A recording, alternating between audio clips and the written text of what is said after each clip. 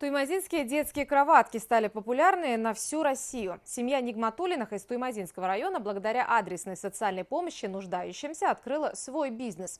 Начинающие предприниматели, муж и жена, теперь производят детские кроватки.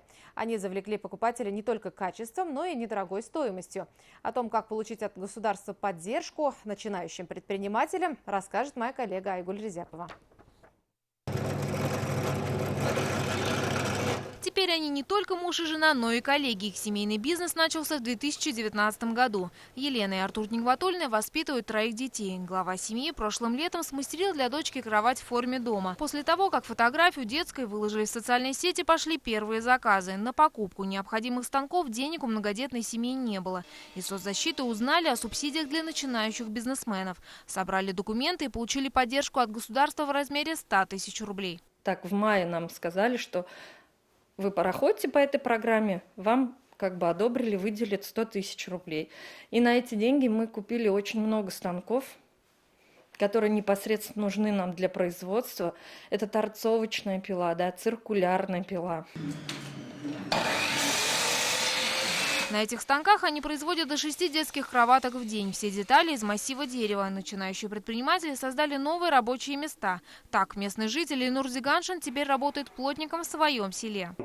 Пропускаем через фуганок, через рейсмус, после чего уже торцуем. Торцуем, снимаем фрезу, детали. Потом по шаблонам делаем отверстия и на сверлильном станке рассверливаем их.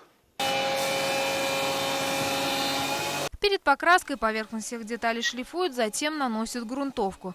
Краска для детей безопасная и не имеет токсичного запаха. Они сделаны из воды и красителей. То есть после того, как они нанесутся, поляризуются, они абсолютно безвредные. Дети могут их даже, кровать обычно грызут, маленькие дети, они даже могут их и в рот, допустим, если попадет, ничего страшного с ним будет.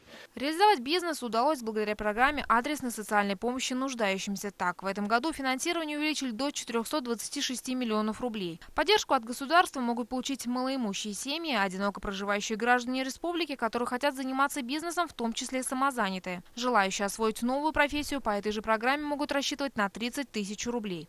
О том, как получить поддержку, узнать можно в филиалах соцзащиты, в МФЦ или в межрайонных центрах «Семья» уже 24 февраля. Там же помогут оформить документы на выплаты и проконсультируют. Айгуль Резяпова, Тимур Каюмов, Иван Демидов. Новости, Туймазинский район.